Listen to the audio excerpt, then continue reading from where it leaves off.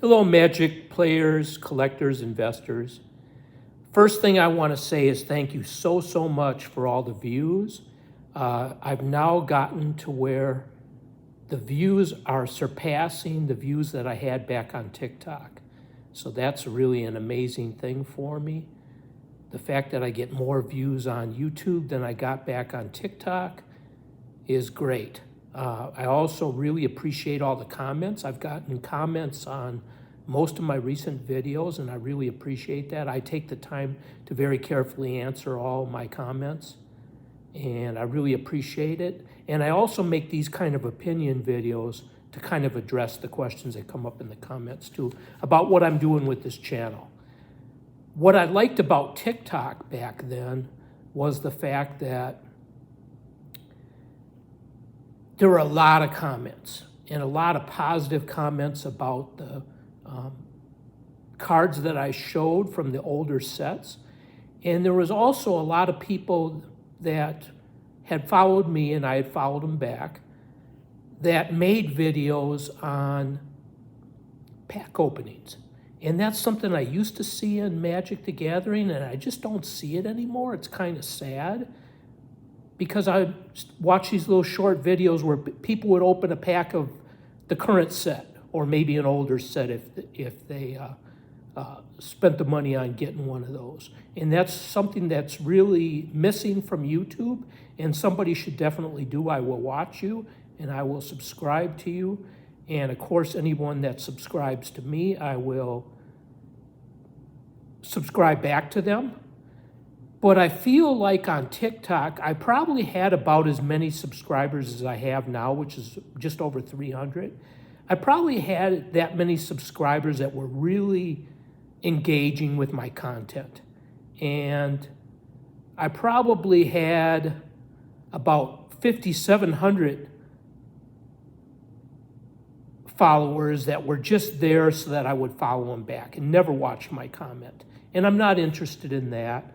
I've had people say that they would subscribe to me on TikTok so I could build up my subscribers, and I was like, that's okay. I really want to know who's really interested in my content, because that gives me information. I don't want to have a false idea about, hey, there's 6,000 people that want to watch my content when there's really 300, okay? So I quit making videos on TikTok for two reasons. One being that the government was saying that the Chinese are spying on us and all that. So I figured, well, I don't want that to happen. But I also, to be fair to China, I also got rid of Facebook at the same time. I got rid of Twitter because nobody had actually watched my content on the average.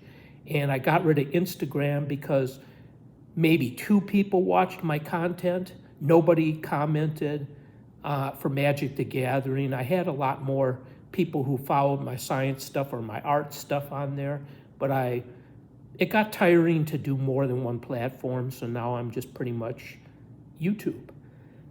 Let's see, what else do I have here? Oh, this is good news. I follow, as you know, if you've seen any of my opinion videos, I follow the value of my collection, what I have inventoried so far on Magic the Gathering Collection Builder, an inventory program that's connected directly to TCG Player. So that may be how most people buy cards. That's probably a pretty good indicator, I would say, about the market value of cards, albeit on the very low end.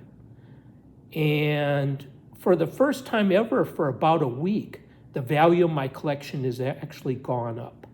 What I do is I try to inventory cards to a multiple of $100 in value and then see if it goes down.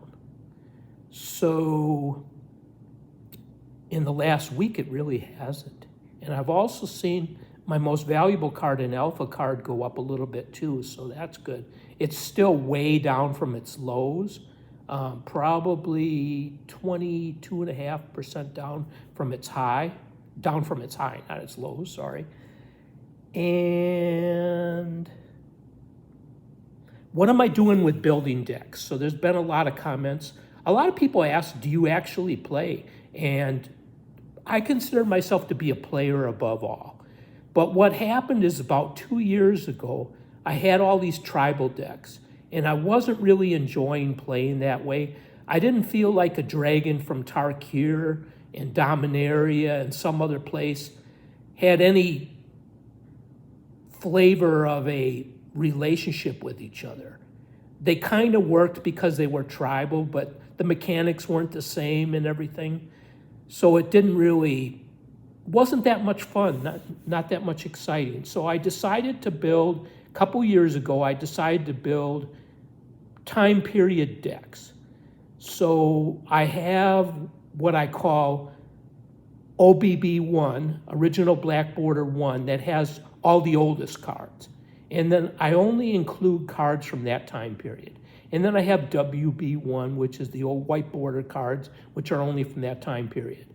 And then as the expansions came out, beyond the Four Horsemen anyways,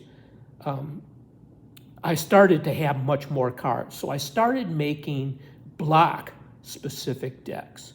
So I would take, for instance, I'm going to take, I should say, Theros, Journey into Nyx, and Born of the Gods, not in that order, and build five color decks. Or maybe for that set, I'll build 10 two-color decks because we have those nice gods that are two colors, but then again, there's a lot of gods that are one color too. Maybe I'll do both. If I have enough lands, and I believe I do, that's always the limiting thing, is I will build maybe 5 one-color decks for Theros because I have so many cards, and maybe 10 two-color decks. So I'm primarily a player. I just really haven't played Magic in the last 2 years for 2 reasons. One, it took me a year to organize all my cards into expansion sets. And then number 2, it's taken me another year, I'm not even a year into it yet, of inventorying all my cards in Magic the Gathering Collection Builder. So those 2 things I want to do, and then I will start making videos where I build decks and I play test those decks, and that'll be lots of fun because then you all can comment and tell me about the cards that you think I should include in those decks, and we can discuss the value of particular cards, and that'll be really a lot of fun, and I'm looking forward to it. But right now what I'm doing is just putting in the cards that I have for a particular expansion for a particular mana color. I'm trying to shoot for videos that are around 2 minutes or so, and the power of this social media platform, YouTube versus the others, is you can make videos any length you want, and I love it. All right, M14. So the next thing that's coming up is M14, the core set. I've had a lot of positive views and comments, a lot of views and positive comments on the core decks, because I think that a lot of you have nostalgia playing those decks, as do I. So that's going to be a lot of fun for us to talk about the nostalgia of those decks. But I'm also excited about M14, not only for the Planeswalkers, which I kind of based my decks around for M12 and M13. In M14, they had a lot of slivers. So I'm really interested in having a play set of all the slivers and kind of basing those decks around slivers, and I think that'll be so much fun. I bought most of the slivers from the vault. So those foil slivers, I bought most of them. There's some expensive ones I wish I would have bought back then and I didn't, including Sliver Queen. I do have Sliver Overlord though, and there's a new sliver coming out that I'm excited about in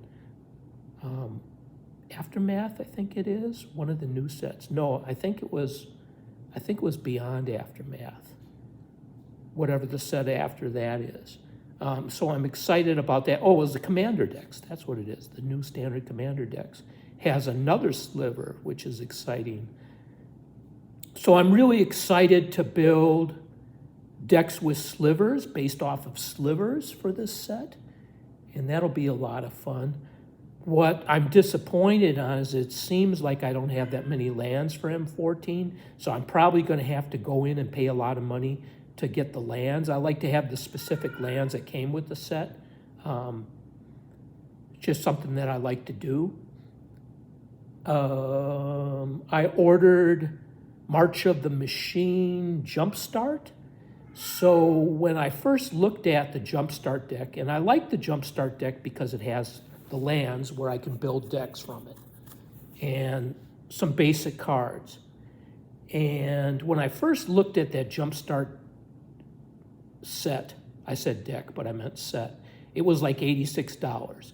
I just bought it for $69, and I had a $60 credit for my Synchrony eBay card, so I got it for $9.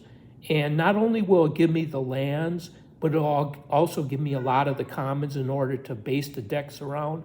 And then I've been ordering individual cards from March of the Machines, and that'll make the decks more interesting. And a lot of those cards that I've been ordering, because they're cheaper, have been foils and have been showcase cards, because those are not as popular as the regular cards. And that's probably about it. That's what I'm doing, and I'll make another video like this soon to answer the questions about what I'm doing with my channel, because it seems like I'm doing something different than what the other people are doing. And I also want to give a shout out to MtG Moxman, the way that he goes through why he plays the particular cards for flavor and for playability in Commander that he mostly plays, and also the possibility of those cards going up in value. So thanks, Magic players, collectors, investors. Have a good day. Take care.